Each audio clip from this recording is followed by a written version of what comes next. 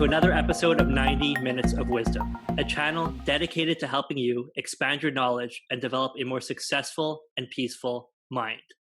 My guest today has a diploma in environmental science. She's a certified personal trainer for over 20 years and has worked with the Vancouver Movie Industry as a trainer. She is also a gut health expert, has a blog, which covers everything from body image to eating disorders and breast implant illness. She is also a Legacy Foundation member and millionaire with Isagenix. She is also just an all-around amazing human being. Welcome to the show, Monika Majnik. Welcome, Monika.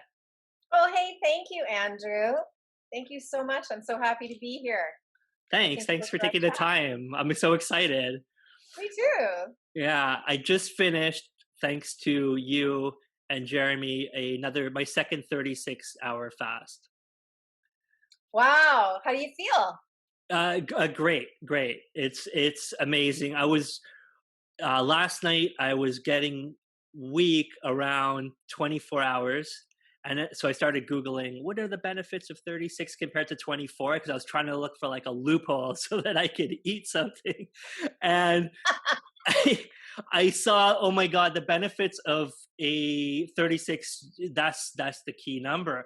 And they said it increases by 300% effectiveness by doing the 36. And then after 36, it's diminishing returns. So you don't really have to go past 36, but between 24 and 36, it really, really helps. There's the magic. It really is. And I think it's a little known fact too, that human growth hormone, HGH. So we need that in order to maintain our muscle mass and also to help us produce all the, the proper enzymes and such that keep us young. And on a 36-hour fast, a female, her HGH increases about 1,200%. And for a man, it's 2,000%. Wow. So yeah, it's pretty awesome. So if you really want to maintain your muscle and that youthful vitality and your skin looking good, those 36-hour cleanses just thrown in every few weeks are just a game changer. Yeah, absolutely. I did. It was, I'm pretty good with that. I would, so I should go back one step. I started, Isagenix, through Jeremy. It's been 2 weeks now, and I already see benefits already, like massive benefits already. I feel amazing. And it's the whole thing by taking, the amped products, by doing the proper in the morning, having the proper routine down where it's, I don't want to name all the things, but the morning routine, the morning drink, the magic drink. You're going to have to sign up everyone for Isagenix if you want to know the secret formula, how to have the perfect drink for the morning. So I take my morning drink. And normally I've been already used to, it's been years that I've been intermittent fasting. So I only have 2 meals a day. And my first one is usually, sometimes, 1 to 3, 4 o'clock is my first meal of the day. So I was kind of used to that already, that kind of thing. But 36 hours is something else, is another level. I have seen already my belly fat go down already, and it's just keeping me so health conscious, so much more health conscious. Just I've been making I know I sent you a quick message about what I'm eating, and you were probably appalled, like, oh, like I know that there's not enough vegetables and some things, but yeah, I'm working towards that. So it's good. I love personal development on every level, and this has been fantastic. Yeah. Oh, I'm so glad. That's awesome. Yeah, and it does. The thing I really like about doing a fast is that the first food that you eat after, and for that, next day or so, like especially vegetables, Andrew, is that you can really taste them. Like you taste what they're supposed to taste like. A carrot really tastes like a carrot, the kind that you used to grow up with, So that's one thing that's really cool, is that it just kind of clears your whole body and it sort of wakes up again, and your taste buds become more alive, as opposed to dampened with all of our salt and fat and chemicals and fast food. So yeah, there's many, many benefits. So I'm super glad and happy for you. That's awesome. Thank you. Yeah, I really see it as the next level. Years ago, I haven't had a soft drink for, I don't even know, 15 years or something. I've stopped all fast food again, just that I haven't had McDonald's in like probably 20 years, but like those kind of things. And then it's kind of like, I see it as the next evolution. So it's really helping me go to that next level with Isagenix. It's really It cool. really is. Yeah. Exactly. I love how you say that. It's just an evolution. You're Hmm. absolutely right. So you've been with Isagenix for 17 years. Is that correct? 17 years in March. Yes, of this year, 17 years. It's crazy. I never thought. And it's still hard to believe that 17 years has gone by. I feel like I've grown up in the company, literally. Yeah, it's been quite an incredible journey. Yeah. Right, right. So, tell us a little bit about the listener a little bit about that you hit the millionaire mark with that. I What does that mean? did. I did. So just to lay the groundwork for it, the millionaire mark is an accumulative earnings, right? So it's not that you're being recognized for earning $1 million a year. It's an accumulative earnings over your, however long you've been with the company. So taking it back to the 17 years, I actually didn't start to build a business until around year 8 or 9 Mm. and just kind of dabbled. So I was a product user for the first 8 to 9 years, strict product user, never shared with a single person. I don't know why. Nowadays it's like, there's a shoe sale. I'm calling up a ton of my friends. There's a shoe sale, right? But back then, I don't know. I think the social media thing wasn't really big. And, when you talk to people, it was literally picking up the phone. And now it's just like, you can share things so simple on a text or on social media. So I think that did play a big part as to why maybe I just didn't share. Kind of what got me interested in the income opportunity was the Vancouver movie industry at that time had a big downturn, and the films went down south. They went to California. And I didn't have a plan B. I didn't have a backup plan. I was a personal trainer. I worked in the movie industry as a personal trainer. And then all of a sudden, all the movies were going back down to California. So I had no clients. So I really had to take a hard look about what I was going to do next. And the woman who introduced it to me said, what are you doing? You could have been sharing these products. You love them anyway. You're using them. My parents use them. And you could have been earning a nice little residual income on the side. And so I took a really hard look at it. And that's when I just decided, you know what, I'm just going to jump in 2 feet. I'm a product of the product. I love the products. And that's kind of the moral of the story. It was just an evolution that I just kind of fell into it. But I can tell you, I'm super grateful that I did fall into it, especially during these past, 4 or 5 months when we've had all of this, world drama with the COVID stuff. My business had an increase. So a lot of people's businesses were having a decrease, and network marketing is one of the areas that always seems to do really well when there is a financial crisis. And I think for a variety of reasons, but number one, you get to work from home. So that was really important. And also in our profession, my particular profession, Isagenix, it's all about health. So I think health is on people's minds right now as well. So that's really important too. And the most important thing of all is I love to help people. I really do. I love to help them with their nutrition and with their health and their fitness. That for me is a no-brainer. But what I notice really helps people is when they can have the money to buy the healthy foods. I mean, you know what it's like to go buy organic food. It's not the cheapest thing in the world, right? And if you want to go to alternative healing practitioners, or whether it's a naturopath or a massage therapist, and you don't have coverage at work, these are things that I get excited about, being able to help people earn that additional side income, and they don't have to quit their jobs. But if they're earning just a little bit of an income, they can do those things. They can now buy better food for their family. They don't have to look at the price tag. And that's really what fires me up. It's just allowing people to have more of that freedom. Yeah, that's super well said. Yeah, because sometimes, I think that it's tough for certain people to get over that, because it's a MLM, right? It's like multi-level marketing, and I think that there's a lot of different people that have done multi-level marketing, or it has kind of like a bad image with certain companies, or a certain connotation to it. Yeah, I mean, because I've been in the industry for so long, I can give you some clarity around that. I'm going to see if I can fix the lighting here. It's blinding me. Okay. um, so first of all, network marketing and multi-level marketing are actually two different things. Multi-level means that people are getting paid differently throughout their organization. And in network marketing, we just get paid the same. So, you don't, in multi-level marketing, people often get um, frustrated because they're working really hard and the companies pull back on the amount of money that they can earn kind of the longer that they're in it almost. Whereas network marketing is different.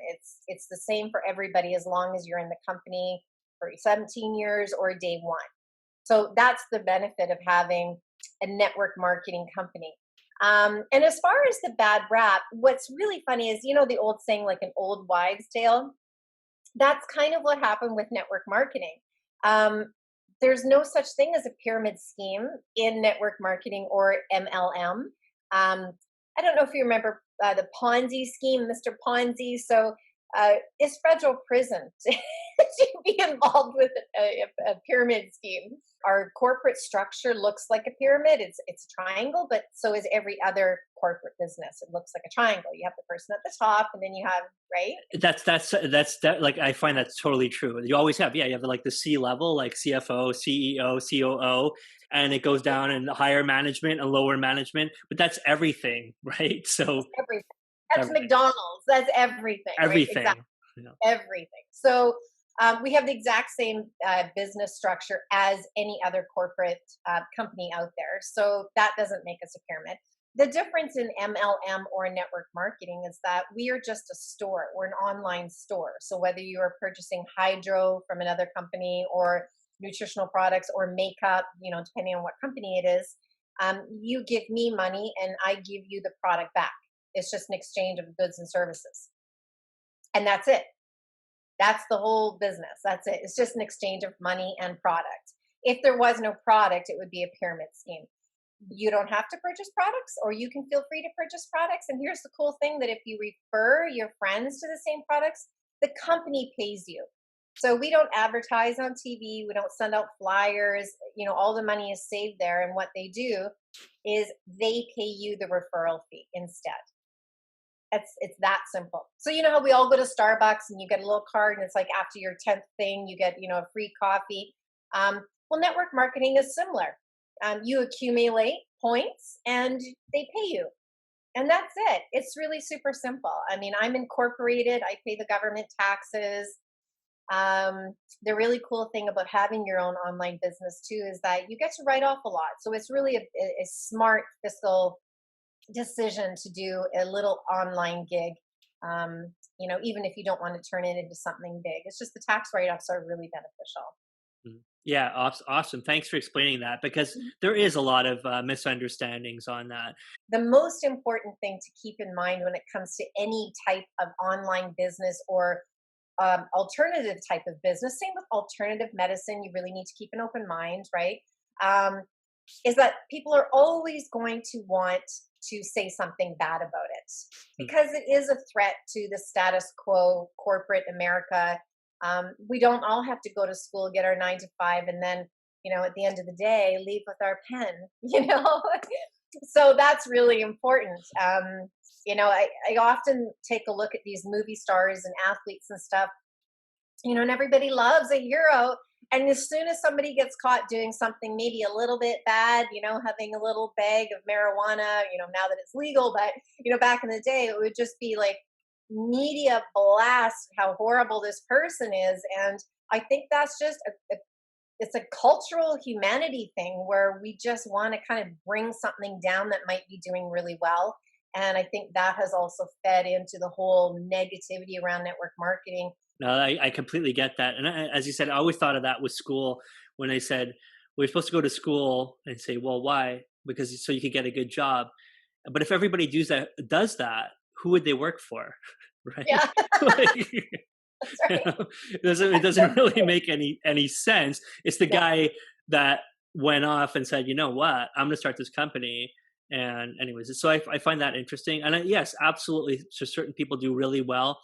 And yes, you'll always have people. It could be the best product in the world, the best singer in the world, the best anything in the world, and you'll have a bunch of people trashing them over and over. Always, there'll always be, as Taylor Swift says or something, haters, right? There'll always be That's right. people, no matter what, and trying to push. I remember in uh, this guy, this coach, JT Fox, saying that he goes, in Canada, whenever you tell somebody like you're going to do something or something, they automatically push you down. Okay, like it's just common, right? Like you can't do that. That's stupid. It's never going to work. It's a scam. Like anything out of the conventional box. And Yeah. then he said, in the United States, he goes, it's kind of the opposite, where they pull you up, but once you made it, then they try to crush you. It was just funny, you know.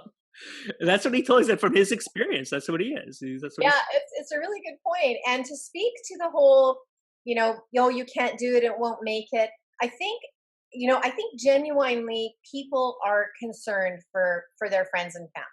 And they don't want them to get ripped off. They don't want them to fail. So I think, I would say 80% of the people, they have a genuine concern for their friends. But then there also is the other 20% that really don't want you to be successful, because again, that's a reflection on their ability to be successful too, right? But you have to take a hard look at, where do all of these things come from? Like, where do we learn that, you know, that your child can't be like the famous basketball star, that you can't grow up to own a hotel chain? Where do we learn this, right? And I think it comes right down to, I mean, I remember when I was in school, in high school, there was never any talk about like, what are your wildest dreams. It was more like, well, you're female, so probably get a good office clerical job, or you could, get pregnant and get married, right? I was sort of on that cusp age where, becoming like a rock star businesswoman wasn't really talked about. And, I think things are slowly starting to change, but I think a lot of our hesitation in supporting people in that way is because we just never heard it. I mean, I was never told by my parents or teachers or friends or anybody that I could be anything I wanted. That never came up, not once. Until I got into network marketing, I firmly believed that too. I had absolutely Mm. no reason to believe otherwise, because there was nothing in my circle of five that was telling me that that could be true. Yeah, absolutely. That makes a lot of sense. As you said before, it's people, they mean well, but they see the limitations for themselves. They're scared themselves. So they don't want you to go, which from their vantage point looks impossible, right? From where they're standing, because of their own limiting beliefs. So then they're trying to help you to say, hey, don't do that, because you might get hurt, or you might get, and that's the whole thing, trying to get rid of that survival mentality and that survival brain, that's so hardwired into us, that we need to kind of dissipate, because we're out of that, but our brain's still programmed for survival. So with good intentions, yes, and you can be, you can be and can do anything, but it's, you don't hear that, and then they always say, don't take never take advice from people that are less successful than you. It's another, right. Yes. Oh my gosh. Is another one that I live by. So don't ask the guy. Don't ask somebody who makes $30,000 a year. Don't tell him your $1 million idea, because there's no point, because he's just going to see the limitations of it. But if you bring the $1 million idea to somebody who plays in those leagues and you speak to them, they're going to start looking and saying, well, is it viable? And actually, I'll get a good feedback or a good opinion upon it. And I find that's a lot of things. Like, don't ask the guy who's a plumber is an amazing plumber, but don't ask the plumber how to be an optimal gut health. It's That's right. doesn't It's go together. Yeah, exactly. I mean, and you could say that about anything, right? Like, don't ask somebody who's had 5 divorces how to have a healthy marriage. Yeah, exactly. Uh, Exactly. don't ask somebody how to be a bodybuilder if they've never even gone to a gym in their life. So, and it's the same thing for business. You're absolutely right. If you want to seek advice about finances, about anything in life, you want to up level, you need to up level your circle of five. because Yes. you will always, come down to the lowest person in your circle of five. Weakest link. I know. Then you got to try to get them out and get someone else better. No, I know. I know True. what you're saying. I look at it and I say, there's some. I'm so lucky because I've always lived in Montreal, so I know so many people because I've grown up here. So yeah, there's people that have moved away, but I have a huge. I'm very very fortunate to have a huge network of friends, and it's really cool. And there's some people that develop, and there's some people that just stop at a certain age, like Hmm. they're just the same they were 5 years ago or 10 years ago. And I Yeah. often speak with my brother about that, saying like, well, constantly like, hey, like I'm constantly, okay, how do I get to the next level? How do I reinvent myself? How do I progress? And that's, I think, what Tony Robbins calls the key to happiness is progression or progressing, right? That's the Yeah. key. It's just when it's not getting something, like there's nothing you can get that's going to make you happy. Right? It's No. but progressing each day and developing and growing it leads to happiness, right? And there's a little saying, and I don't know who it's by, but it's, if you're not growing, you're dying. Oh yeah, for sure. I just posted that not too long ago, saying like, just ask us. I think I was probably talking with Jeremy, saying like, just ask any plant, like look at any plant or flower or tree, like either you're growing or you're dying. Yeah, it's true. Yeah, it's so basic. It's so So basic, basic. right? Yeah. It really is. Yeah. There's your biological age, and then there's your physical age, and then there's some people that just um they act and are so much younger than their actual age, and they're full of life. And there's some people that are quite young that have just kind of, that spark is gone and they just kind of like gave up, and that's so sad, right? It's so sad to see. But you try to, you got to have that driving force, and it's different for everyone, right? It's like you got to find your thing, and that's when you're talking about before, fears and limitations. Like, it's because it's right for you, and what's right for someone else is right for that. Yeah, exactly. And I really like what you said too about, the younger people, or anybody in general, that, they look older than they are, right? Or they've got no life in them. And I think it's because people fall out of purpose really easily. I mean, they get into the humdrum of life. They go to work, they come home, they grocery shop, they clean, they maybe go to the gym if they have time, and it's just like a repeat cycle. They have nothing that sparks them. And I think the other part about that that's missing is people have stopped dreaming.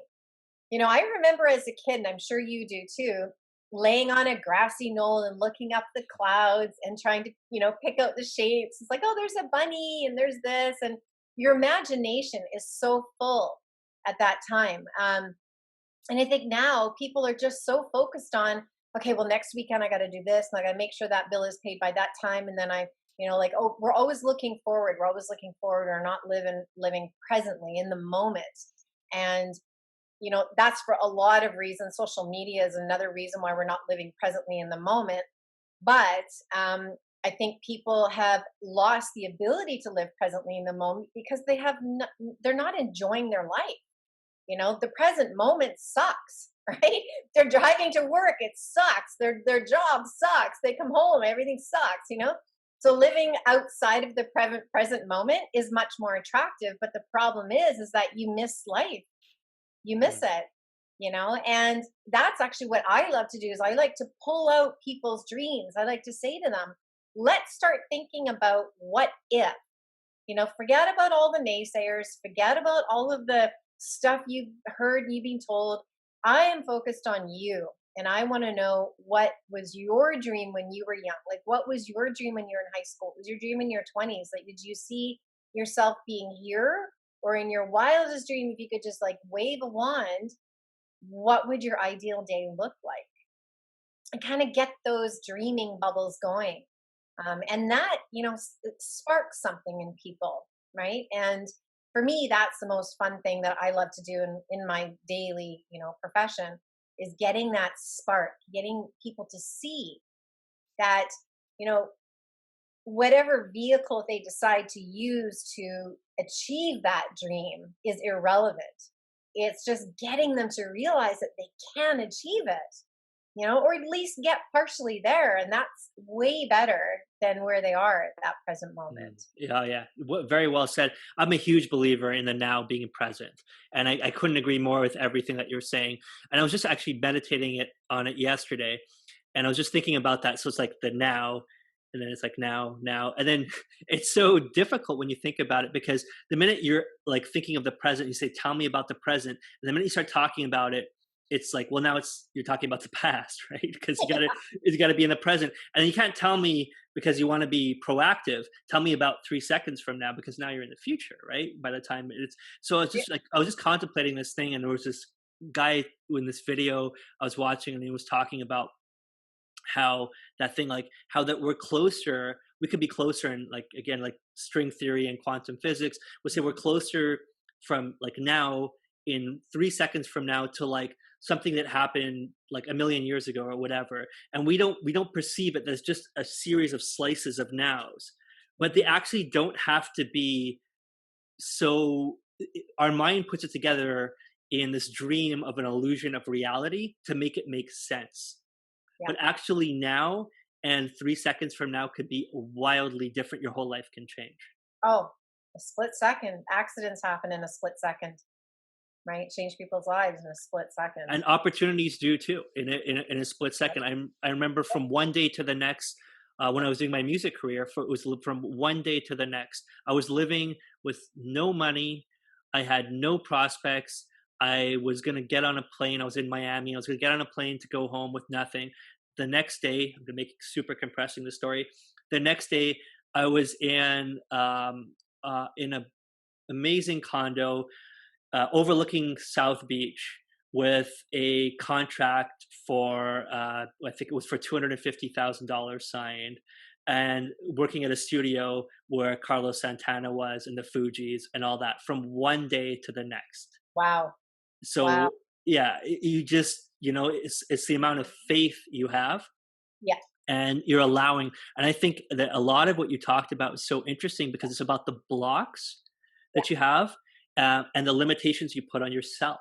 So that dream ends, right? The minute you start saying that's impossible, then you've defined it now as impossible. It isn't, but the fact that you said it is, now it makes it so.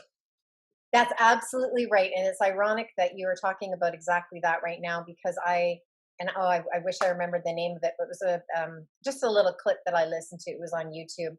And the gentleman was speaking about living as if everything had already happened, right? And I've been practicing this in certain areas of my life, my personal area of my life, and just trying to envision, but actually like going about my day the last week as if I already had, this dream relationship, as if I already had all of these amazing heartfelt things. And I tell you what, the energy exchange between people has already changed, like strangers. It's already changed. I noticed such a significant difference. And I feel a hell of a lot better just going about in my day, acting as if all of these things I want have already come to me. Now, they haven't, but in the reality, they have, because what we want and what we desire is just a feeling, right? So if you can feel like you already have it, well, then what does it matter if it shows up today or next month or next year, right? Like you already feel like you have it. And I was doing a training call with some of my business associates and saying, you know, when you have a business goal, act as if, like really internalize it as if this has already happened. Because when you're constantly reaching out there, oh my gosh, it seems so far away, and how am I ever going to achieve that? Well, it's like you're constantly pushing a train up a hill. It's just never going to happen, because your subconscious believes what has happened in the past, because that is the imprint. That's what we take, that's all of our opinions and thoughts, or everything that's happened in our past. And so if you can change the story about what you're thinking now so that it becomes something that's already happened, like, oh my gosh, I'm so glad that I made that extra $1,000 last week. It's so amazing. I was able to pay off my bills, and really believe it. Well, your subconscious is going to bring that forward as if it's the truth. And now you're going to start to attract that very thing. And that just blew me away, especially when I put it into practice. I was just blown away. It's like, why have I not thought of this 17 years ago? That would Yeah, have been that's amazing. Yeah, I'm huge into that. The 5% conscious, 95% is subconscious, and we're running patterns. good. And if you don't change or those beliefs, you're actually just running the same stale old patterns over and over. So you are living in the present, but you're living in the past, right? If you don't make those changes. Now, feeling the feeling, that's, Dr. Joe Dispenza speaks a lot about that. That releases Yes. the He does. chemistry, and then Abraham Hicks, right? And that, speaking of looking at from that point of view of that you've created it, it's in the vortex, and how do you bring it from the vortex to your life or to reality? And feeling the feeling of it is so important, is more important than the thought or the affirmation, right? You could read something, but if it has no feeling, and I often say, what you love the most or fear the most tends to come true, right? True. Yeah. So that's what you attract, because you're giving energy to it. So if you Yeah. say, oh, you know what, I really want, like, let's say I say to you, oh, Monica, I want to go for a walk. Okay, fine. I may or may not go. If I go, oh my God, I really want to go for a walk. There's such a beautiful day. Then you have the energy. You're gonna go out and do it. So there's so much about understanding a control of our focus, being in the present moment, and feeling the feelings in the present moment of what we want to feel in the future, and our future will become that present feeling. Exactly. And I think for people who are listening that they're having a hard time wrapping their head around this, I always revert back to my personal training days. It's like, who wants to go to the gym, right? It's like, ugh, it's raining, it's snowing, it's cold, it's dark. I mean, that's the last thing I want to do is get in my car and go to the gym. But once you get there, you push through your workout. When you leave, it's a totally different feeling. You are so happy that you did it. And that's much like what we're talking about. It's like, think about the end result to get you to do the thing, to get you to, go for that bike ride or that walk, right? The end result. And that's like everything in life. You just think about the end result, and then all of a sudden it's like, man, I'm real happy, right? It's Mm. great. It is, and it's that, as well. It's thinking of that end result, and that's where faith, whether it's in the universe or God or whatever, where that you can't know the steps to get there.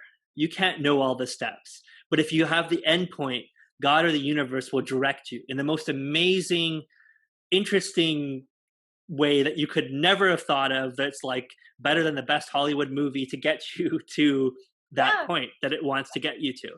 So it's not about intellectually. There's somebody very close to me, and she always tells me, stop thinking with your head, think with your heart. And she Mm. always says that to me. Whenever I get trapped in my head, she says, oh, you're thinking, you're trying to figure out all the steps. She's like, stop that. Think with Yeah. your heart and believe with your heart, believe with faith, and see the end point. And then it'll be there. If you cannot go wrong with that formula, if you feel the feeling, seeing the end point, and stop using all your intellect to see all the blocks, right? Looking for that wrong filter. It's so true. And just to jump backwards a bit to the business that I'm in, that's why most people don't end up earning a large sum of money over however many years, because they quit, because they can't see that far ahead. I mean, if you would have told me that I would have earned $1 million in network marketing, I would have laughed at you.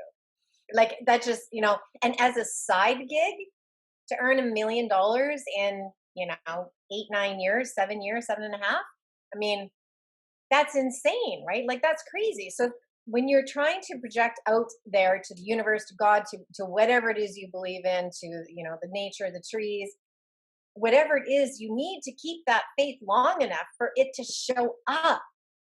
You can't just think like, oh well, it's been a week and my lover partner hasn't shown up, $1 million hasn't shown up. I haven't fit into my jeans that I wanted to.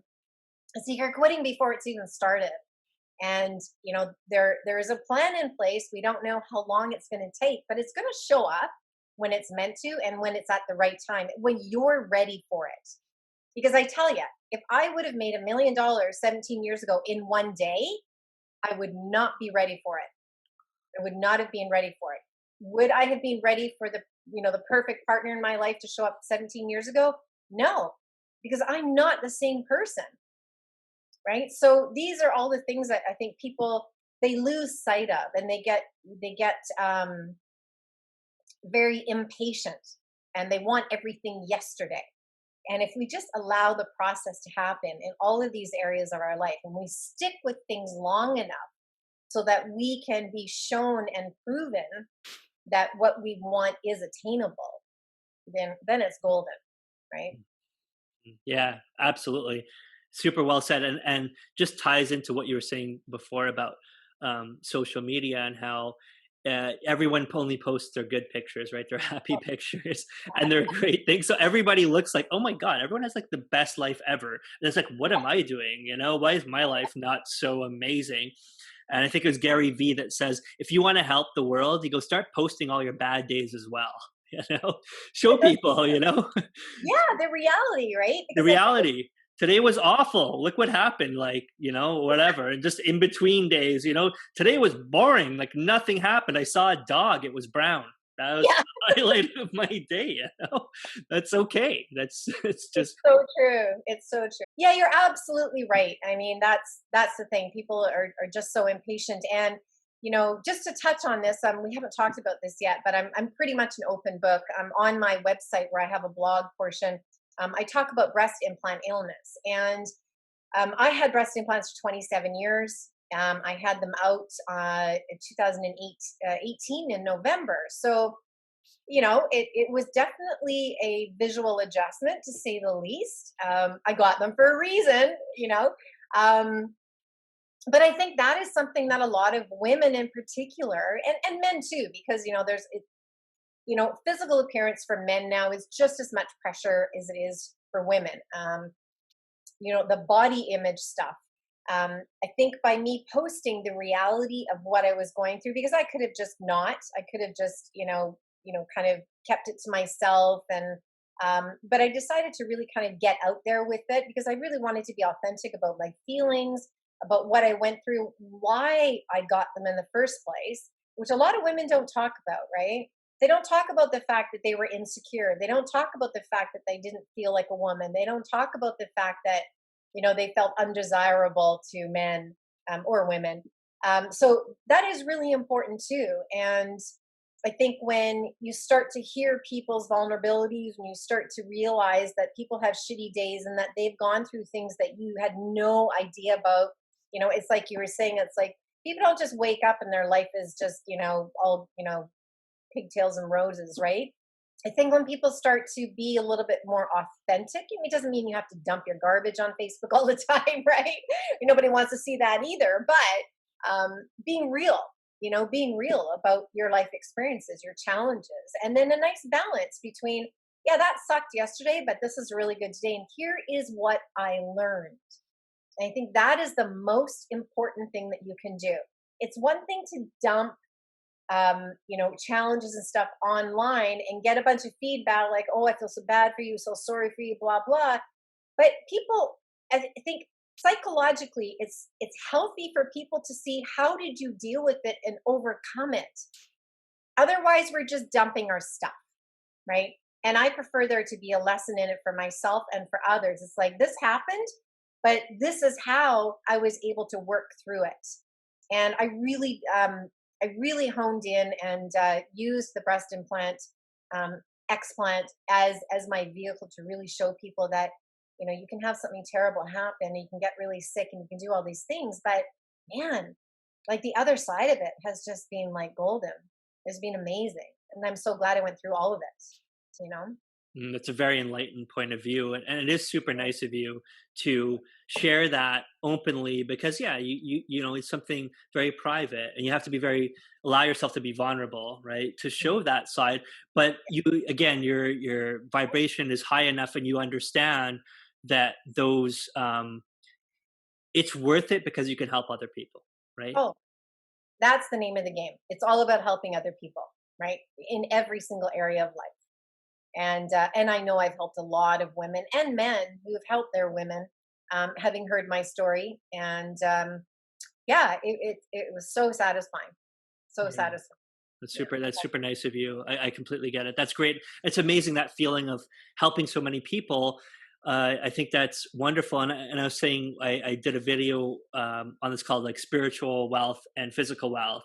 Mhm. And so I said I spent a majority of my time filling up my spiritual bank rather than my physical bank. Not that they're both not important; they're both super important. But I choose that. But sometimes I'll always choose the spiritual bank over the physical bank, because the spiritual bank you take with you, and the physical bank you got to leave it here, right? So Yeah. True. can't bring it with you. So if you think of it's just, and depending on what you believe in, and who knows the absolute truth of it except for God. But let's say you leave here in like 80 years, 90 years, 100 years, and they say, well, after is like eternity. Well, why would you invest on the 80 years compared to this little dot compared to this eternity? So I want to invest in the spiritual wealth, and it's investing in the spiritual wealth I define as anything that's raising your vibrations. And how is that? By helping people, right? And Absolutely. sharing your experiences. So good for you. So that's wonderful that you did that.